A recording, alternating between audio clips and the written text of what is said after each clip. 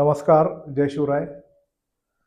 अ, प्रथमतः Bloomingdale international school, जे आमचं वल्लभ वेलफेअर फाउंडेशनची शाळा आहे, त्यामध्ये सर्व पत्रकार बांधवांचं मी या संस्थेचा संस्थापक अध्यक्ष म्हणून आपलं मनपूर्वक स्वागत करतो. आणि आज मी फक्त संस्थापक म्हणून आपल्याशी बोलत नाही आहे. मी एक पालक म्हणून, एक जबाबदार नागरिक म्हणून आणि आमच्या शाळेतल्या प्रत्येक मुलांच्या भविष्याशी जुडलो गेलेलो एक व्यक्ती म्हणून मी आपल्याशी ते संवाद साधत आहोत. ब्लूमिंगडेल इंटरनॅशनल स्कूल जी आहे ही फक्त आमची एक संस्था नाही, हे आम्ही केलेली एक मेहनत आहे, आमचं एक स्वप्न आहे. आम्हाला जुन्नर तालुक्यातले विद्यार्थी जागतिक पातळीवरचे एक चांगले नागरिक घडवण्याचं हे आमचे स्वप्न आणि मेहनत, एक प्रामाणिक बांधिलकी ही आम्ही जपलेली आहे. आज आमची ही शाळा ही फक्त शाळा नसून हे आमचं एक ध्येय होतं, जे आमच्याकडं वल्लभशेठ बेनके साहेबांनी रुजवलं गेलं होतं.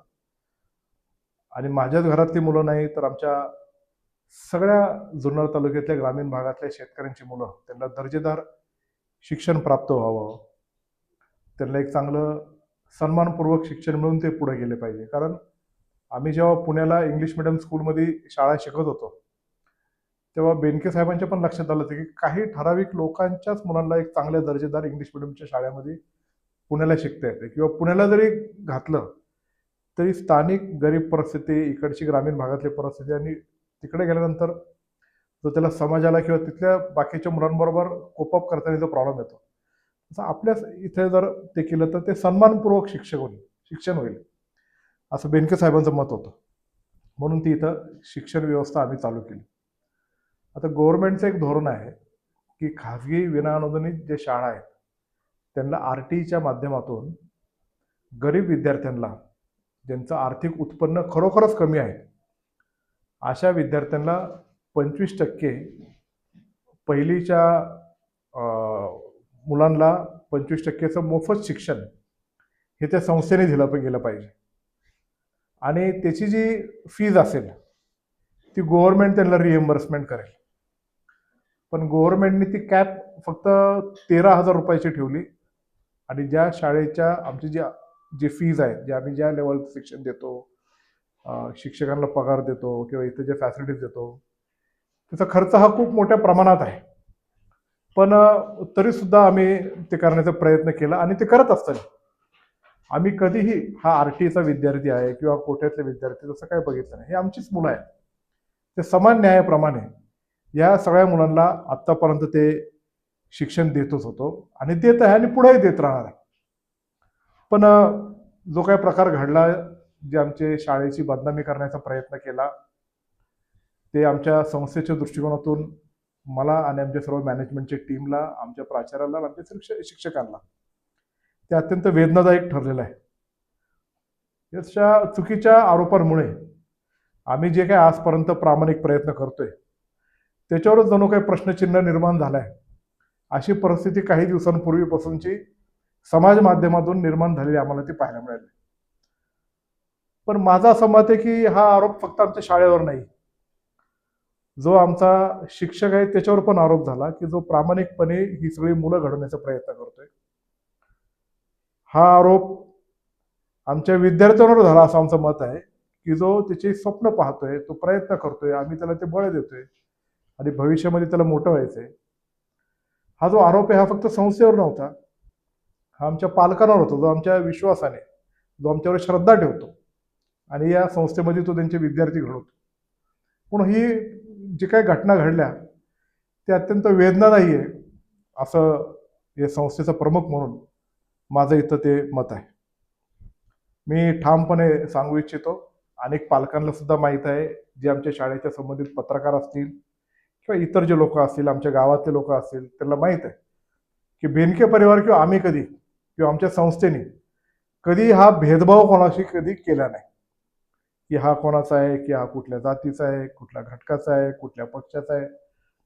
एक शाळा म्हणून ते प्रत्येक मुलाकडे आम्ही ते प्रामाणिकपणे बघितले. असे अनेक लोक आहेत ज्यांच्याकडे आपण त्याचा रिव्ह्यू पण घेऊ शकतो. आम्ही पूर्णपणे कायद्याचा आदर करतो. आमची शाळा अत्यंत पारदर्शकपणे चालती. कायद्याच्या अधीन राहून आम्हाला जे जे काही फॉर्मॅलिटी डॉक्युमेंटेशन पूर्ण करायचे असतात तेही प्रामाणिकपणे आम्ही आजपर्यंत केलेलं आहे. माझी माध्यमांना आणि विशेषतः समाजातल्या लोकांना आणि काही नेत्यांना अशी एवढीच विनंती आहे की एकतर्फी गोष्टींवर तुम्ही मूळचा विश्वास ठेवू नका. आम्हाला कोणालाही दोष द्यायचा नाही, त्याच्यासाठी आम्ही इथं आलेलो नाही, म्हणजे मी तरी इथं बसलेलो नाही. आमचं सत्य मांडण्यासाठी आमच्या संस्थेचं, त्याच्याकरता मी आपल्यासमोर इथं आलेलो आहे. म्हणून पुन्हा एकदा सांगतो की आम्हाला कोणाशी भांडण नाही, आमचा कोणावर रोष नाही, पण समाजामध्ये एकतर्फी जे काही चित्र निर्माण काही लोकांनी मुद्दामून करण्याचा प्रयत्न केला ते अत्यंत चुकीचं आहे आणि त्याच्या वेदना आमच्या संस्थेला ते सगळ्या गोष्टी झालेल्या आहेत. म्हणून ज्या गोष्टीची जी इथं चर्चा झाली त्याची पूर्ण तपशीलवार माहिती मी तुम्हाला 1-2च मिनिटं इथं समजून सांगणार आहे. 2008 साली आमची ज्ञानोदय एज्युकेशन सोसायटीची ब्लूमिंगडेल इंटरनॅशनल स्कूल ICSE बोर्डची नारायणगावच्या आमच्या प्रेमायसिसमध्ये चालू झाली. त्यानंतर जवळपास 13-14 वर्ष ती शाळा आम्ही उत्तमरित्या चालवण्याचा प्रयत्न केला. पण पालकांच्या मागणीनुसार आणि संस्थेने पण एक असा निर्णय घेतला की आपण ICSE बोर्डकडून आपण CBSE बोर्डकडे शिफ्ट केलं पाहिजे. त्याचं कारण असं आहे, ICSE बोर्ड पण चांगला आहे, पण तो जो बोर्ड आहे त्याच्यावर इंग्लिश लिटरेचरवर अधिकचा भर असतो आणि इंग्लिश लिटरेचर आणि त्याच्यावर अधिकचा भर असताना ग्रामीण भागातल्या मराठी भाषिक असणारे शेतकरी वर्गातल्या मुलांना तेवढं कोपअप करता येत नाही. ठराविक डॉक्टर मंडळी, व्यापारी मंडळी, वकील मंडळी यांच्या पुरतं ते व्हायचं. पण आपली शहरातली शाळा नसल्यामुळं CBSE बोर्डाची शाळामध्ये आपल्याला अधिक लार्जर स्केलवर आपल्या मुलांना आपण चांगल्या पद्धतीने घडू शकतो आणि म्हणून आम्ही पालकांना पण विश्वासात घेतलं. आमची जानेवारी 2024ला PTM झाली की आमचं क्लोजर ऑफ ICSE आणि opening of CBSE with new trust, new place, new infrastructure असं आम्ही क्लिअर कट त्या सगळ्या पालकांना तेव्हाच केलं होतं. त्या PTM म्हणजे पॅरेंट टीचर मीटिंग जी असते त्याचे अधिकृत आमच्याकडं नोंदणी आहे, त्याचे मिनिट्स ऑफ मीटिंगसुद्धा आहेत आणि त्याच्यानुसार आम्ही त्यांना ते अवगत केलं होतं. आणि त्याच्यानंतर आम्ही आमच्या सगळ्या LOIs म्हणजे लेटर ऑफ इंटेंट गव्हर्नमेंटचं, NOCs गव्हर्नमेंटची मान्यता हे प्रत्येक क्षेत्रावर आम्ही ते घेतलेले आहे.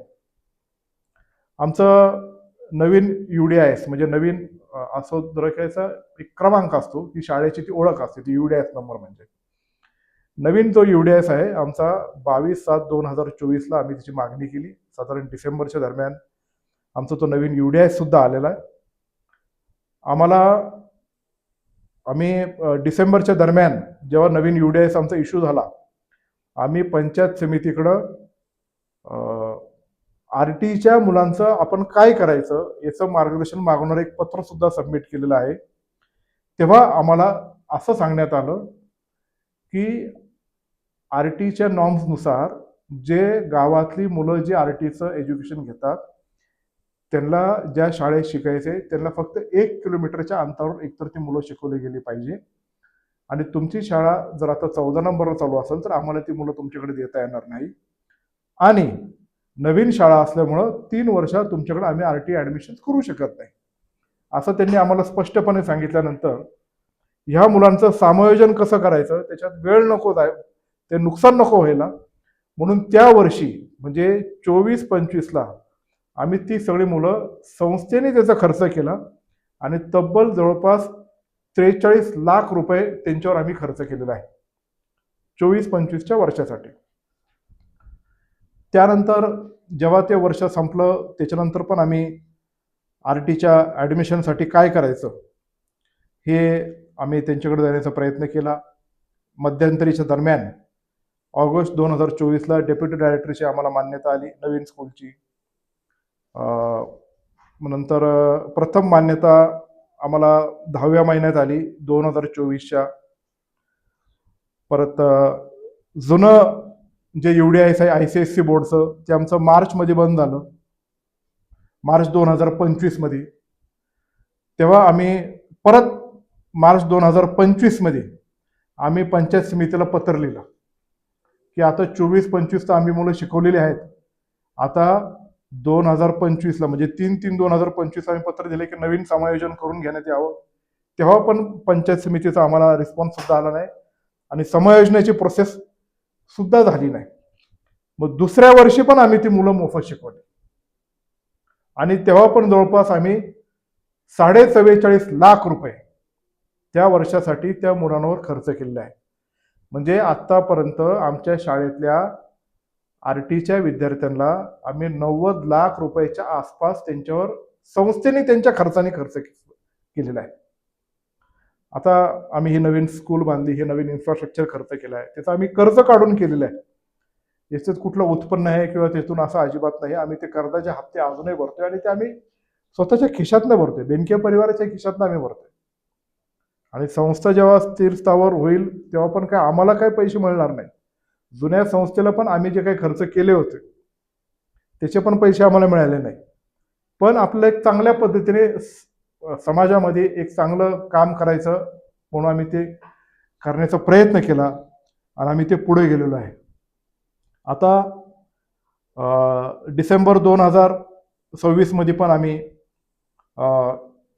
PTA किंवा PTM म्हणजे आम्ही ती मीटिंग घेतली, पेरेंट्स टीचर्स असोसिएशन किंवा पेरेंट्स टीचर मीटिंगची आम्ही ती मीटिंग घेतली की त्या RT ॲडमिशन्स जे स्कूलमध्ये आहेत की आपल्याला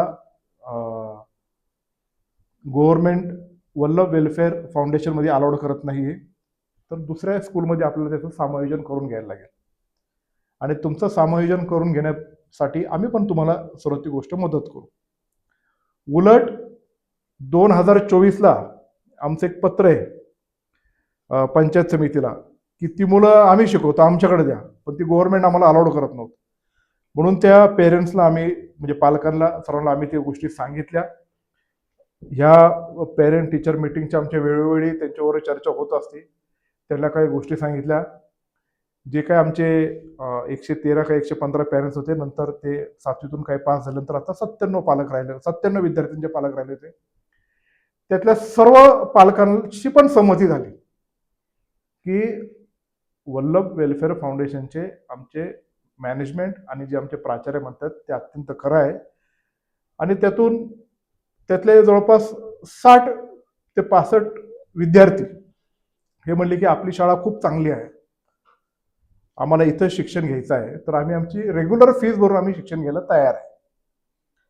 काही लोक म्हटले की आम्ही समायोजन करून इतर ज्या शाळा आहेत जे आम्हाला ऑप्शन्स दिल्यात त्यामध्ये नारायणगावची ग्रामोन्नती मंडळाची इंग्लिश मिडियम स्कूल आहे किंवा विशाल जुन्नरची बहुतेक इंटरनॅशनल स्कूल आहे किंवा जय हिंदची पण एक इंग्लिश मिडियम स्कूल आहे तिकडं, आणि शेजारी आमच्या इथंच कुकडी व्हॅली जी असेल तिथं समायोजन करण्यासाठी काहींची तयारी सुद्धा झाली. काही ठराविक 4-5 पालक जे आहेत त्यांच्या हट्टापायी, त्यांच्या एकल भूमिकामुळे कुठली गोष्टी समजून नाही घ्यायची, त्यामुळे सगळ्या पालकांना त्यांनी वेठीस धरलं, आंदोलनाचा पवित्रा घेतला. आंदोलन करताना पण मला खूप वाईट आणि वेदना वाटत होते की त्यांनी लहान मुलांना तिथं आंदोलनस्थळी एकतर नव्हतं आणायला पाहिजे. म्हणजे लहान मुलांना आणून तुम्हाला काय त्याच्यामध्ये शो किंवा दाखवायचे ते लहान मुलं आहेत, आपली लेकरं आहेत, कोणाच्या पोटचा हा भाग वेगळा आहे, पण ती सगळी मुलं ही आमची मुलं आहेत असं मी मानतो.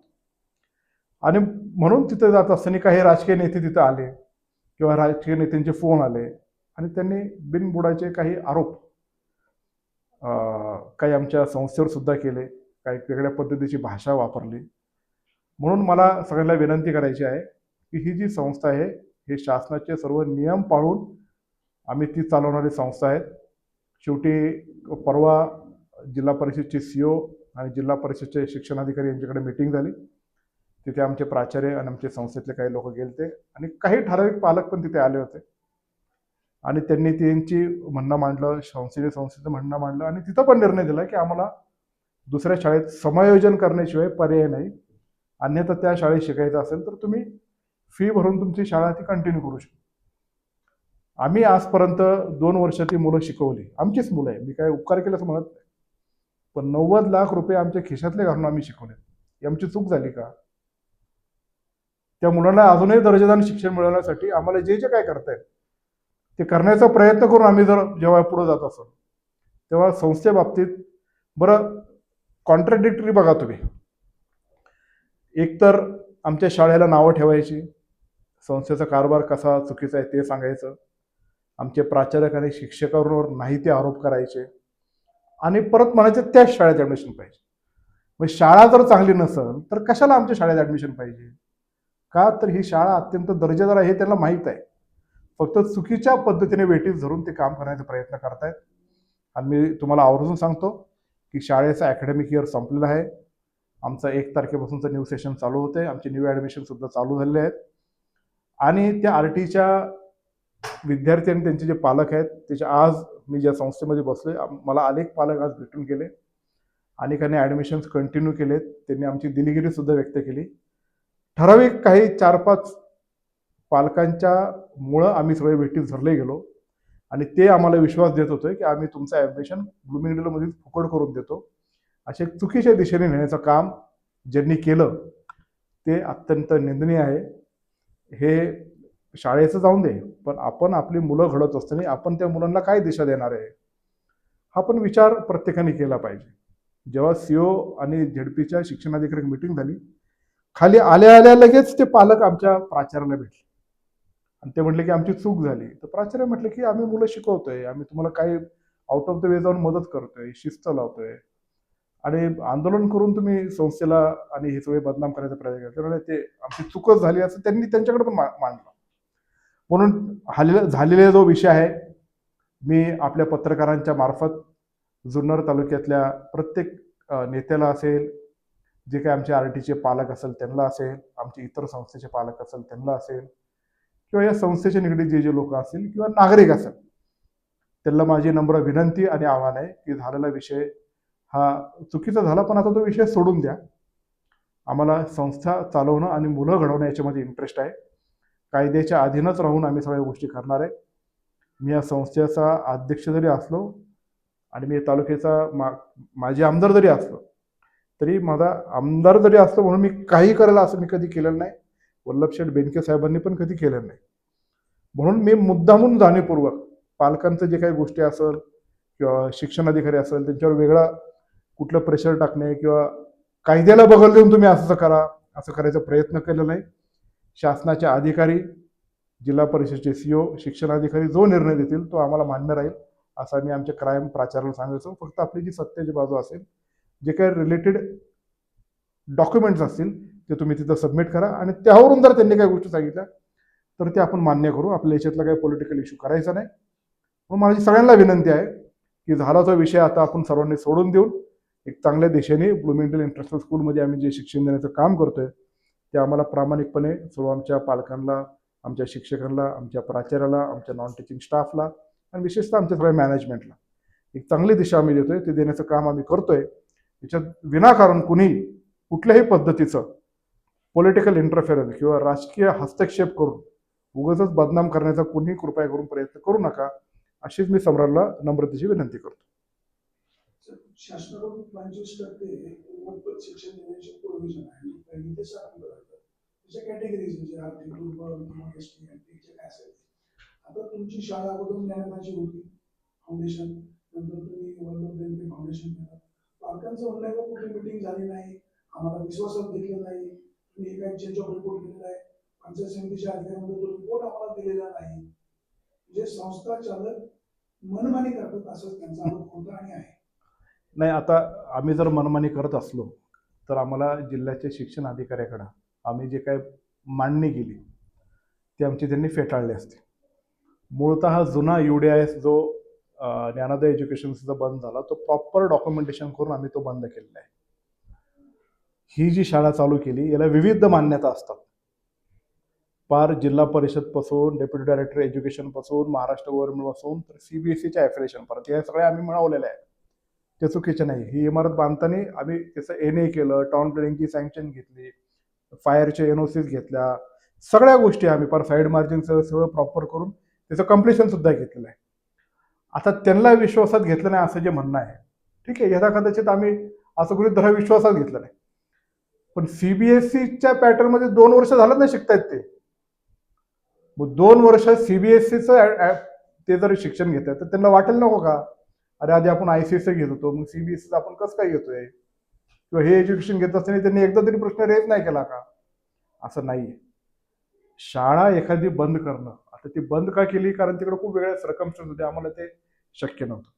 आम्ही एवढी पालक तिथं जेव्हा तेव्हा पण संख्या मला असं वाटतं की 750-700 विद्यार्थी असतील. ह्या सगळ्या विद्यार्थ्यांना च्या पालकांना आम्ही विश्वासात घेऊन ते निर्णय केला. म्हणून 2 वर्ष झाली आमची ही शाळा चालू. एकाच तरी कंप्लेंट आहे का? नाही. हा इश्यू कधी रेज झाला? हा आरटीच्या विद्यार्थ्यांचं समायोजन करण्याच्या वेळेस इश्यू रेज झाला.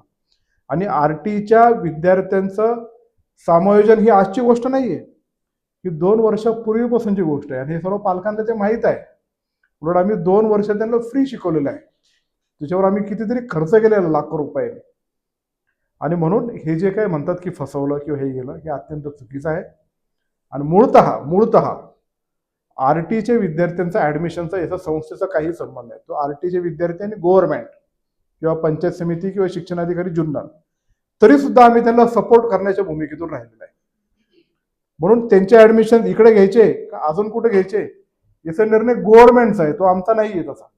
पण तरी सुद्धा ही आपली मुलं आहेत. आम्ही सर्वतोपरी मदत करण्याचा प्रयत्न केला.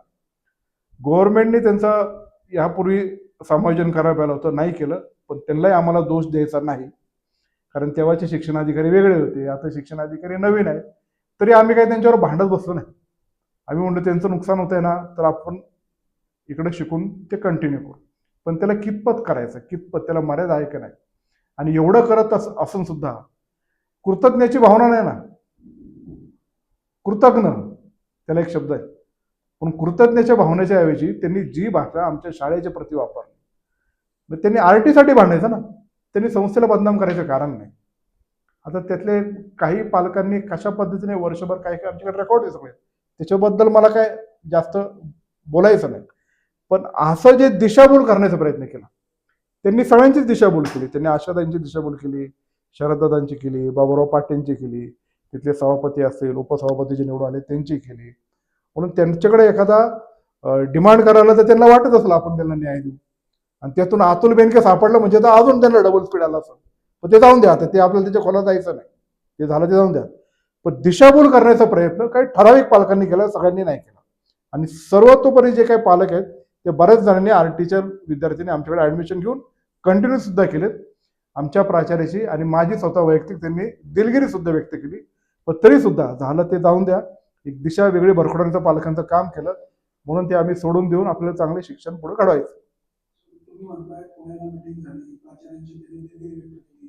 आता दिलगिरी व्यक्त केली नाही केली प्राचार्यांकडून पालकांना नाही. त्यांनी असा एक आरोप केला की प्राचार्यांवर भोसले या ठिकाणी गुन्हा पण दाखल आहे. प्राचार्य अतिशय उर्मट आहे, पालकांशी व्यवस्थित बोलत नाही. तुम्ही जर तुमची मुलं शिफ्ट केली नाही, तुम्ही एखाद्या खोलीमध्ये कोंडून त्या मुलांना ठेवी, तिथे तुमचं बघा, अशी पण प्राचार्य भाषा वापरतात, असं त्यांचा आरोप आहे. आमचे प्राचार्य 1.5 वर्षापासून ह्या शाळेत आल्यानंतर ह्या संस्थेची आणि आमच्या शाळेची भरभराट झालेलीच आहे. आमच्याकडे आता 1100 विद्यार्थी शिकत आहे. आता यावेळेस अजून परत ऍडमिशन वाढणार आहे. हे 100 पालक बाजूला जर ठेवले, 100 पण नाही, हे 5-6 बाजूला ठेवले, तर जवळपास 1000 पालक मला कायम सांगतात की प्राचार्य अत्यंत चांगले. का चांगले आहेत? तर ते एकदम शिस्तीचा बडगा आहे त्यांचा. आणि प्राचार्याने शिस्तीने राहू नये का? विद्यार्थी घडवायचा असेल तर शिक्षक आणि प्राचार्य हे शिस्तीतच पाहिजे. आता काही पालकांना ती शिस्त जर मान्य नसेल तर आम्ही काही करू शकत नाही. आणि शिस्तीने जर एखादा विद्यार्थी वागत नसेल तर त्याला शिस्तीवर आणण्यासाठी ही जबाबदारी कोणाची आहे? पालकांची आहे, संस्थेची आहे, आमच्या शिक्षकांची आहे आणि प्राचार्याची आहे. म्हणून संस्था चालक म्हणून आम्ही जेव्हा काम बघतोय, आमचं लक्ष आहे ना प्राचार्यांकडे. आणि प्राचार्य योग्य नसेल वाजत किंवा काही जर चुकत असेल तर मी खाजगीत काही काही ठिकाणी बोलत असतो, नाही असं नाही. पण प्राचार्य मूळतः चुकतात किंवा या सगळ्या गोष्टी करतात असं जर त्यांचा आक्षेप असेल तर त्यांनी आमच्याच शाळेत ऍडमिशन घ्यावी असा आग्रह का धरतात, नंबर 1. आणि नंबर 2, आमच्या प्राचार्यावर बिनबुडाचे जे काय गुन्हा दाखल केला आणि अशा सगळ्या गोष्टी आरोप केले त्याच्यात काहीही तथ्य नाही. ते आधी प्रियदर्शनी स्कूलमध्ये होते. त्या प्रियदर्शनी स्कूलचे जे काही संस्था चालक आहेत त्यांचे आणि माझे अत्यंत सलोख्याचे संबंध आहेत. आमचे डॉक्टर अमोल बेनके तिथं चाकणमध्ये असल्यामुळं त्यांची मुलं काही वेळेस त्या शाळेमध्ये होते, म्हणून आमचं तिथं जाणं येणं असायचं. आम्ही त्यांच्याकडे सगळी चौकशी प्राचार्यांची केली आणि त्यांनी स्वतः सांगितलं की प्राचार्यामध्येची यांच्यामध्ये चूक नाही. त्यांच्या शाळेतला एक विद्यार्थी होता, तो एक्सटर्नल अभ्यास घ्यायचा, म्हणजे तो शाळेत पण नव्हता, तो एक्सटर्नली ते शाळेमध्ये अटेंड करायचा. त्यांची काहीतरी मार्चमध्ये परीक्षा झाली, एप्रिलमध्ये निकाल लागला आणि एप्रिलच्या निकालानंतर डिसेंबर जानेवारीच्या दरम्यान त्या विद्यार्थ्यांनी काही कारणास्तव त्यांनी सुसाईड केलं. आता त्यांनी सुसाईड का केलं हे माहीत नाही, पण त्यांच्या पालकांनी काही कारणास्तव किंवा गैरसमजुतीतून किंवा चुकीच्या पद्धतीने प्राचार्याला त्या पोलीस स्टेशनला त्यांच्या विरुद्ध गुन्हा दाखल केला की यांच्यामुळे झालं. एकतर तो विद्यार्थी एक्सटर्नल त्याचा आणि शाळेचा डायरेक्ट काही संबंध नाही. त्याचा निकाल लागला मार्च एप्रिलमध्ये परीक्षा देऊन. त्यांनी सुसाईड केलं 6-7 महिन्यांनी. आणि त्याच्यानंतर असं केल्यानंतर प्राचार्याला लगेच अटक पण नाही झाली, लगेच त्यांना जामीन पण झाला त्याच्यामध्ये. आणि अशा पद्धतीने जर एखाद्या शाळेमध्ये घटना घडल्यानंतर त्या प्राचार्याला त्याच्याबरोबर दोष द्यायचा असेल तर अशा सगळ्या गोष्टी घडत राहील. आम्ही सगळी शहानिशा करून त्यांची सखोल माहिती घेऊन ज्या शाळेतली घटना घडली त्यांच्या संस्था चालकांबरोबर चर्चा करून पालकांची प्राचार्याची नियुक्ती इथे केलेली आहे. आणि त्याच्या बाबतीत पालक आणि आमचे सगळे विद्यार्थी अत्यंत समाधानी आहेत. काही कठोर निर्णय घेत असताना कटू वाटत असेल, पण प्राचार्य अत्यंत उत्तमरित्या काम करतायत.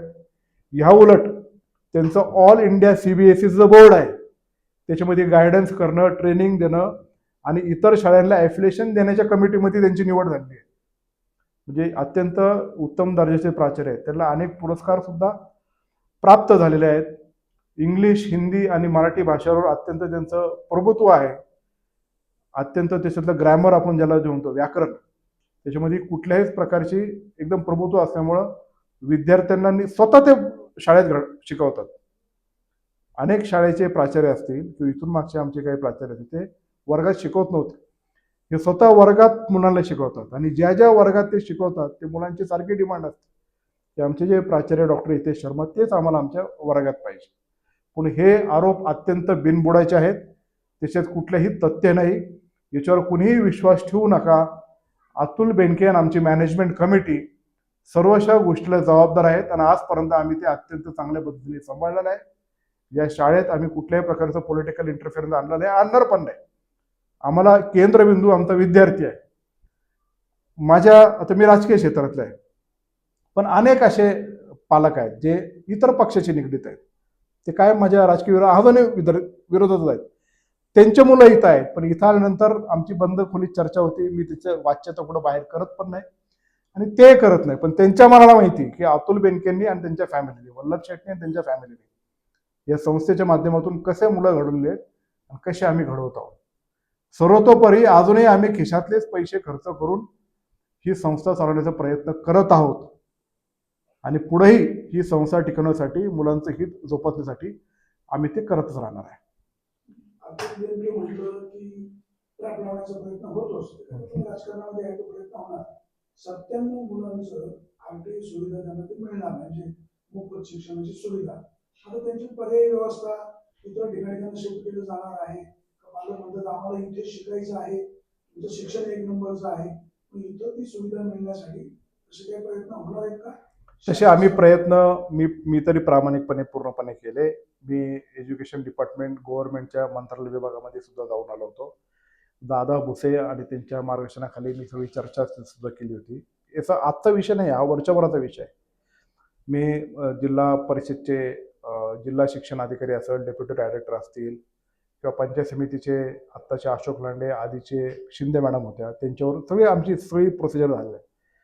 ते कुठल्याच बाबतीत शक्य झालं नाही. आत्ताच्या RTIचे विद्यार्थी जे 97 विद्यार्थी आहेत, त्याच्यापैकी जवळपास 50 ते 60 जणांनी ऑलरेडी आमच्याकडे ॲडमिशन्स, काही जणांनी कन्फर्म केले, काहींनी फोनद्वारे केले, तिथं झालेले आहेत फी भरून. आणि काही विद्यार्थ्यांचं समायोजन सुद्धा प्रोसिजर स्टार्ट झालेली आहे. तसे काल जिल्हा परिषदचे जिल्हा शिक्षण अधिकारी नायकडे साहेबांनी त्याचे ऑर्डर्स काढले आणि काही 2-3 पेरेंट्स आहेत त्यांचं समायोजन झाले आणि त्यांनी येऊन आमच्या प्राचार्याची माफी मागून त्यांनी सांगितलं की आमचं इकडे समायोजन झालं, आमचा आनंद आहे, थँक्यू की तुम्ही आम्हाला खूप चांगलं शिकवलं, चांगल्या गोष्टी केलं, पण आमची नाही परिस्थिती, आम्ही तिकडे शिकतो असं सगळ्यांनी सांगितलेलं आहे. म्हणून त्याच्या जसं समायोजन प्रत्येकाचं होईल, ज्यांना फी भरून कंटिन्यू करायचं करतील. आणि जरी 97 मुलांचं समायोजन करायचं ठरलं तर 97 मुलांचं कुठं कुठं समायोजन होणार याची ऑलरेडी तयारी शिक्षण अधिकाऱ्यांनी त्यांनी केलेली आहे.